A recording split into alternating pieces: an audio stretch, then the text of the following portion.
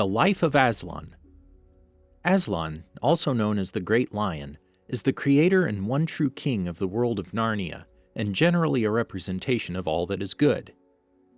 Welcome to the Amagi. In today's video, we're going over the life of Aslan. Before we begin, we publish new content every week, so be sure to subscribe to our channel and ring the bell to get notified about our latest videos. Creation of Narnia. Aslan created the world of Narnia in the Earth year 1900. He brought everything, from the creatures to the landscapes to the sky and the stars, into being from a dark, empty void, by singing and roaring. Narnia was made in the image of Aslan's country, the real Narnia, although it was nothing more than a shadow compared to the latter's glory. At the creation of Narnia, Aslan also witnessed the writing of the deep magic from the dawn of time by his father, the Emperor beyond the sea. Aslan chose 2 specimens, one male and one female, of each species of dumb beasts, upon which to endow the powers of thought and speech. These intelligent beasts then formed the first Council of Narnia, which eventually spawned the races of talking beasts that populated Narnia for centuries afterwards. Aslan crowned Frank and his wife Helen, 2 humans from Earth, the first king and queen of Narnia. It is clear that all humans in Narnia originate from Earth. Aslan banished Jadis, a half-djinn, half-giant woman originally from the world of Charn, who had accidentally been brought into Narnia to the northern land of Edensmore. He then ordered Diggory Kirk, a human boy from Earth in Narnia at the time, to fetch an apple from the Tree of Youth, from whose seeds grew the Tree of Protection, from which in turn he allowed Diggory to take an apple to Earth in order to heal his sick mother. The apple's seeds eventually grew into the tree whose wood would become the wardrobe. Winter Revolution. When the 4 Pevensies first came to Narnia, heralding the fulfillment of the Golden Age prophecy, Aslan returned to Narnia in order to aid them in their fight against the wrongful queen, the White Witch. His presence brought an end to the long winter. Upon arrival, he began gathering all those still faithful to him near the stone table. Aslan greeted Peter, Susan, and Lucy Pevensie upon their arrival at his campsite near the stone table. He asked where Edmund was, yet appeared emotionless when told of Edmund's betrayal to the White Witch, though he did say, "All shall be done to save their brother." After that, he spoke briefly to Peter, telling him how he would be High King, and showed him the site of Cair Paravel.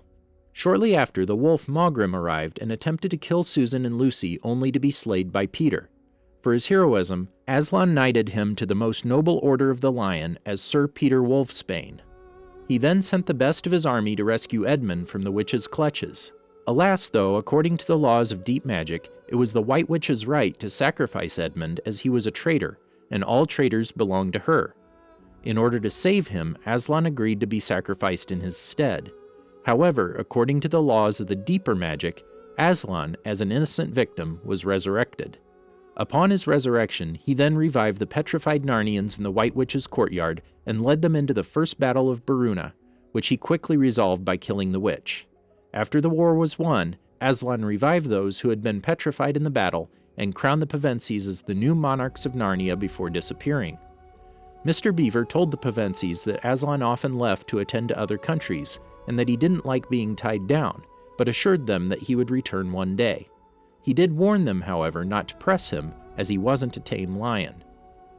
Cor Aravis.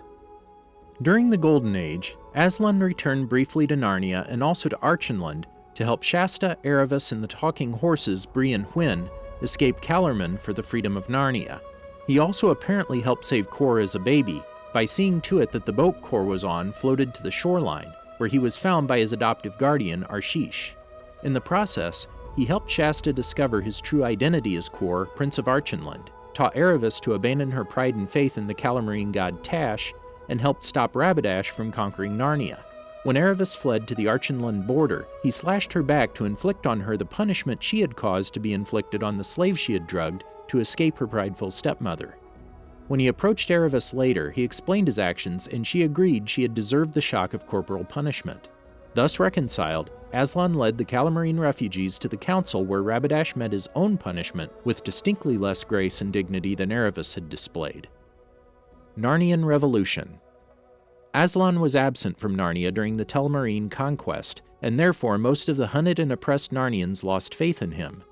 However, when the Pevensies were transported to Narnia by Susan's horn, Aslan returned and slowly tried to get them to believe in him once more, Though they did not follow him at first, they eventually trusted him again, and accordingly Aslan awoke the hibernating Narnians and called forth a river god to end the Second Battle of Baruna. Aslan blessed Caspian X as the next king of Narnia and returned many of the conquered Telmarines to Earth to start a new life. Search for Aslan's country and the Seven Lost Lords. Several years after ascending his throne, Caspian X led a voyage aboard the Dawn Treader to find Aslan's country at the end of the world and to find the Seven Lost Lords. Aslan called Edmund, Lucy Pevensie, and Eustace Scrubb from Earth to join Caspian on his voyage in order to teach them important personal lessons. On Deathwater Island, Aslan helped Caspian and Edmund learn to resist greed, helped Lucy come to terms with her insecurities and need to be beautiful on Cor Island, and turned Eustace into a dragon in order to help him realize his own flaws and self-righteousness on Dragon Island. Once the Dawn Treader reached the Sweet Waters, Aslan ordered Caspian through a dream to send Edmund, Lucy, Eustace, and the talking mouse Reepicheep to the shore at the end of the world. Here, Aslan allowed Reepicheep to pass on from Narnia to Aslan's country, as was his greatest dream, and sent the others home. Search for Prince Rilian. When Caspian's wife, Ramandu's daughter, was killed by the Lady of the Green Kirtle, and his only son, Prince Rilian, was kidnapped by the same witch, she planned to use him to slowly conquer Narnia. As an old man, Caspian chose to search for Aslan to ask him who should ascend the throne of Narnia after he died, believing that Rilian was lost. Aslan, knowing that Rilian was alive but hypnotized by the Lady of the Green Kirtle's enchantments, brought Eustace Scrubb and Jill Pole to Narnia and ordered them to find him. They eventually succeeded, but Caspian had by that time died. Aslan took him to his country, a young man once more. Destruction of Narnia. During the rule of King Tirian, most of the inhabitants of Narnia fell prey to a lie, stating that the donkey Puzzle was Aslan, and that Aslan and the demon Tash, whom the Calmarines worshipped, were one of the same being. A great war between the Calmarines and the Narnians ravaged all the lands. Aslan came to Narnia for the last time and destroyed the entire world.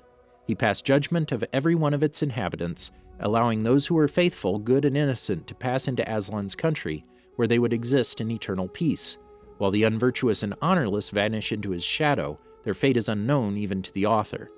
It is presumed that they are sent to Tash's country for eternal damnation. At the same time, a train crash which killed the 7 friends of Narnia, as well as Mr. and Mrs. Pevensie, occurred, but Aslan had them all brought to Narnia. He ordered Peter Pevensie to shut the door on Narnia forever, and admitted them all to his country. Notably, Aslan chose not to bring Susan Pevensie to his country, though she did not actually die in the train crash. She did not believe in Aslan or Narnia at the time, though it is considered likely that she would later remember the truth and would one day enter Aslan's country. Notably, Aslan himself had instructed the elder Pevensie children to look into their own lives and not try to enter Narnia again after the exile of the Telmarines. It would seem quite out of character for Aslan to simply abandon Susan to the loss of her entire family for having done exactly what he had ordered her to do, though Aslan could have had other plans for Susan in the future. Did you enjoy our video? Be sure to check out these other great videos from the Amagi, and make sure to subscribe and ring the bell to be notified about our latest videos.